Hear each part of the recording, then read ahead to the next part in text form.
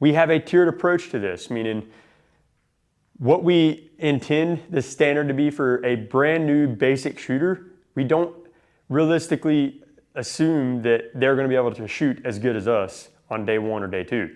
It's a weekend course and we're taking 10, 20 years of knowledge from each instructor and applying it over the course of a weekend in one course.